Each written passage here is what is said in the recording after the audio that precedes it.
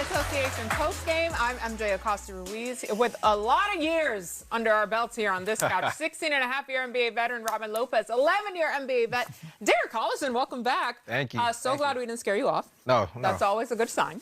Nah, Who was here with him on set?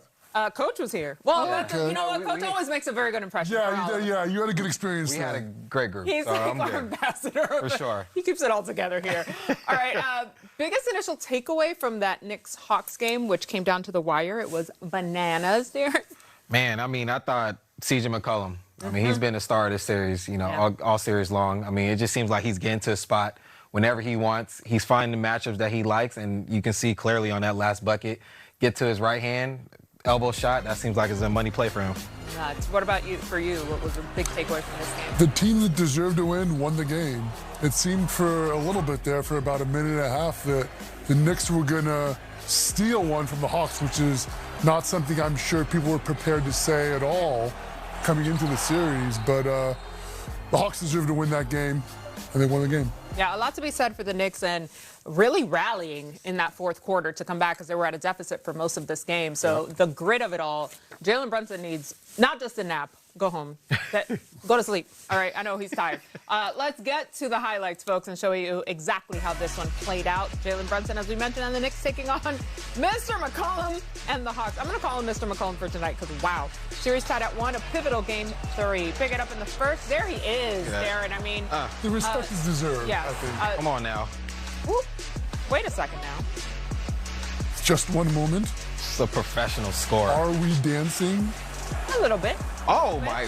Don't look off to the floater. Oh, man. Too soon. All right, under a minute to go in the first. There's the cap. Trying to put it on his back, truly. Is that what they call him, the cap? I thought so. Did they not call him the captain? No. Did I make that up?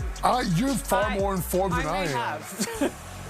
I may have, but with reason. There's Kaminga. I would never doubt you, MJ, and I would never doubt him. We'll just make it a thing if it's okay. But they do. I can confirm. Here's Cat. Come on, get in there, big fella. Cat and Cap. I like that assonance right there. His first points came early in the second. That's troubling. All right. Don't matter. I mean, come on. Come on, man. What we doing out here? He's been in, this is like the epitome of playoff form. Ooh. I see you, Big O. McCollum. Oscar Robinson on the floor? Oscar Robinson-esque. Good reference. All right, under 4 to go in the second.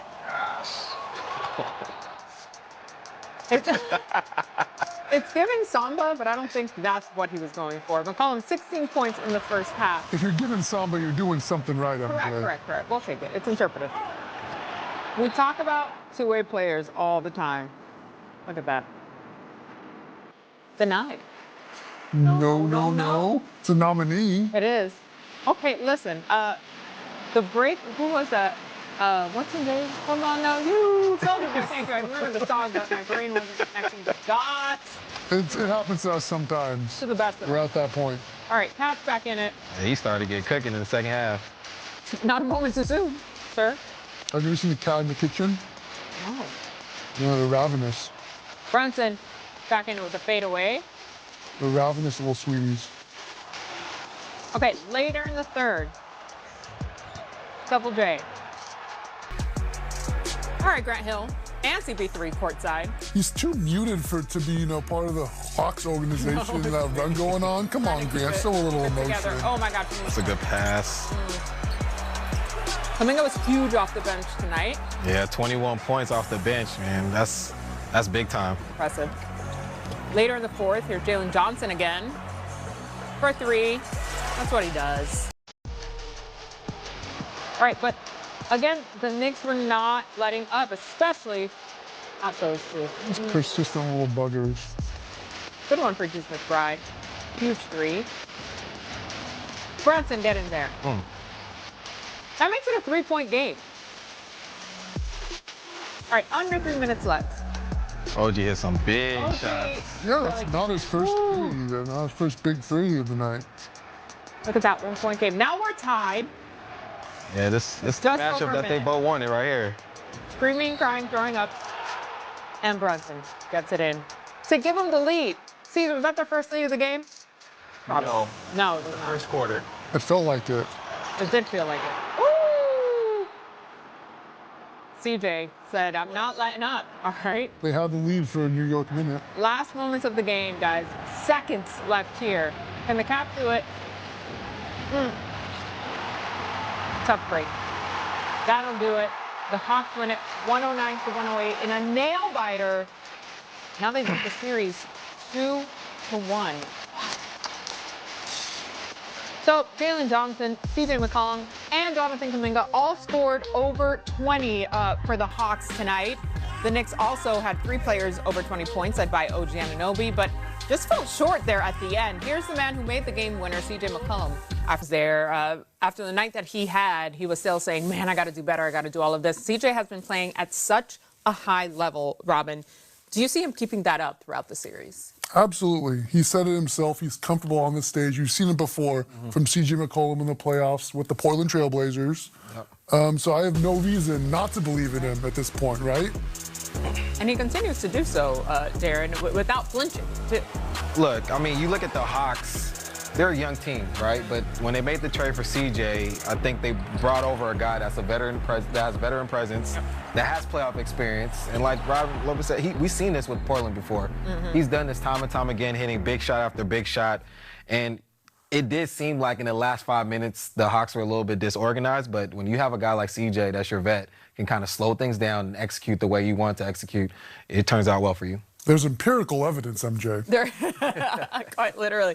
But when you talk playoff veterans, Jonathan Kuminga, you mentioned it early, coming out huge off the bench, Darren, for this squad with 21 points. Yeah, he's had some experience too. We've seen him have some good games in the playoffs with the Warriors. So for him to come into this game and give you 20 points off the bench, it does help this young team kind of progress more, right? It's a lot on Jalen Johnson's shoulders, right? This is his first postseason play as the guy, so to speak, right? But when you have guys like CJ McCollum, Jonathan Kuminga chipping in for 20 or more points, it makes it easy on everybody. It makes the GM and the front office look good, doesn't it? Yep. They knew they had something with that roster.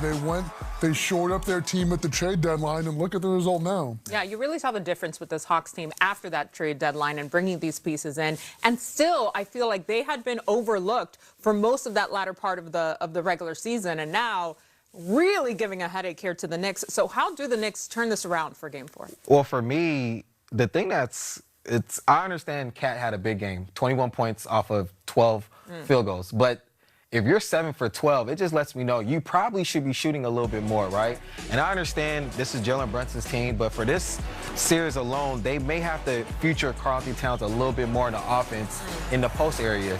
And look, he may not score as much in the post area, but he can work off double teams if they give him the attention that he needs offensively, and then they can play off of that. But if you're going 7 for 12 off of 21 points, you can get a little bit more shots and feature him a little bit more. I'm going to agree with the DC out here. I'm a big man, so obviously I'm biased. But the beauty of having a guy like Cal on your team, if you have bigger centers out there, Jokic's, take them out to the perimeter, work from there. But this is Atlanta squad. They don't guard with their size so much as their athleticism, their length, their team. They don't have the bigger players to match up one-on-one with a guy like Cat, and that's what they need to be taking advantage of. I also think the other thing that the Knicks, they had too many turnovers this game, and it was that final play was emblematic of the Knicks' entire night for me. And to add to your point, you know, the Hawks, the way they're playing Karl-Anthony Towns and the Knicks, they're very perimeter-oriented. They have a lot of good perimeter players, Hawks, defensively. But, like, if you're Karl-Anthony Towns, they have nobody to guard you at the post area. So if you're playing at the top of the key, trying to pick and pop, that's not going to do you good justice. You got to mix in some rolls, getting down to getting some mismatches. He did a good job on the rebounds, but I think they can feature a little bit more on the post area just to create a little bit more double teams and easier shots. If he keeps popping as a defender, I'm breathing a sigh of relief every time. Yeah, for sure. For sure. We do have this final play here that I want to break down with you guys on what you saw. And Robin, you said it was emblematic of what we saw throughout the night here for the Knicks. Even though they made that big push, they came so close. I really thought, oh man, they're going to do this in the final minute of the game. And that's exactly what DC was talking about. Atlanta has a lot of great perimeter defenders, and we see the Knicks, they would turn the ball over all night. That final play, a sloppy pass, you know, not quite the shot they wanted, emblematic of their whole night. Yeah, I mean, you got to give credit to Big O, way to slide his puppies and not foul Jalen. We're going to get double team is not just Jalen Brunson, but Karl Towns can get double team on the post area. Right now, the Knicks are a little stagnant and they're predictable. The Hawks kind of know what to expect with them, I think. Speaking of the Hawks, I feel like our favorite name to say, Nickeil Alexander-Walker. He was Walker rather. He came up pretty big, especially in that second half for Atlanta.